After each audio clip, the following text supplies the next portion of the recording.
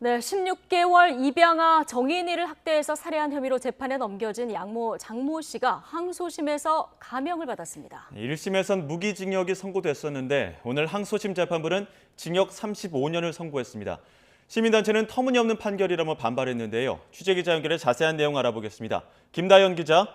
네, 서울 고등법원입니다. 네, 자 항소심에서 정인이 양모에게 감형이 선고됐군요. 네, 그렇습니다. 서울 고등법원은 오늘 살인 혐의 등으로 기소된 양모 장모 씨에게 징역 35년을 선고했습니다. 무기징역이 선고됐던 1심 때보다 감형됐습니다. 그동안 장 씨 측은 학대 사실은 인정하면서도 살해 고의는 없었고 정인이 복부에 남은 충격 흔적은 심폐소생술 때문이라고 주장해왔습니다. 하지만 재판부는 이미 학대로 쇠약해진 정인이 복부에 2번 이상 강한 충격을 가하면 장기가 훼손될 거라는 것을 충분히 예측할 수 있다는 점에서 장 씨에게 미필적으로나마 살인 고의가 있다고 판단했습니다. 지금까지 겪은 아동학대 시신 가운데 유례를 찾기 어려울 정도로 손상 정도가 심하다는 부검의 말을 인용하기도 했는데요. 그러나 무기징역형을 선고하는 건 정당화될 만한 객관적 사실이 존재한다고 보기 어렵다고 양형 배경을 설명했습니다. 장 씨가 치밀한 계획에 따라 살인을 준비했다고 볼 만한 사정이 없고 장 씨의 부족한 감정 통제 능력이 사건 범행으로 이어졌을 가능성도 있다는 겁니다.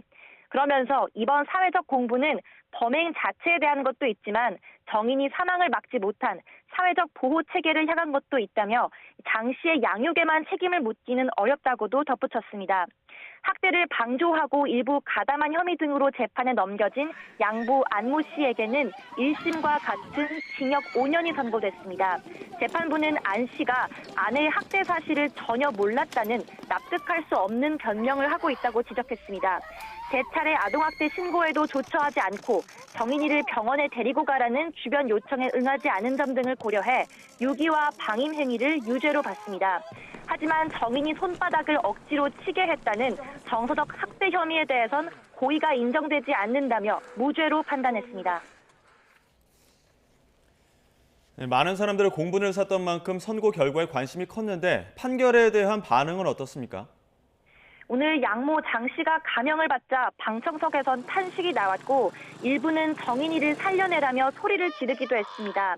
대한아동학대 방지협회 등 시민단체는 법원 앞에서 터무니없는 판결이라며 오열했고 호송차가 나가지 못하게 거세게 항의하기도 했습니다. 단체 회원들은 이번 항소심 재판 동안 양부모의 엄벌을 촉구하는 진정서를 3만 7천여 장이나 제출하기도 했는데요. 단체 측은 아이를 얼마만큼 잔인하게 죽여야 무기징역이나 사형이 나오는 거냐며 전 국민이 용납할 수 없는 이번 판결은 아동학대에 대한 사회적 경각심을 주지 못했다고 강조했습니다. 너무 지은 죄에 비해서 처벌이 너무 약하다라는 생각밖에는 들지 않습니다. 세상에 완벽한 시스템은 없고 세상에 완벽한 법도 없습니다. 그런데 한 개인의 잘못된 행동을 모든 사회적 책임으로 돌린다고 한다면 엄벌할 사람이 어디 있습니까? 앞서 검찰은 1심과 2심에서 모두 양모에게는 사형을, 양부에게는 징역 7년 6개월을 선고해달라고 재판부에 요청해왔습니다. 검찰과 피고인 측 모두 1심 판결에 불복해 항소했던 만큼 대법원 판단으로 이어질지도 주목됩니다. 지금까지 서울 고법에서 전해드렸습니다.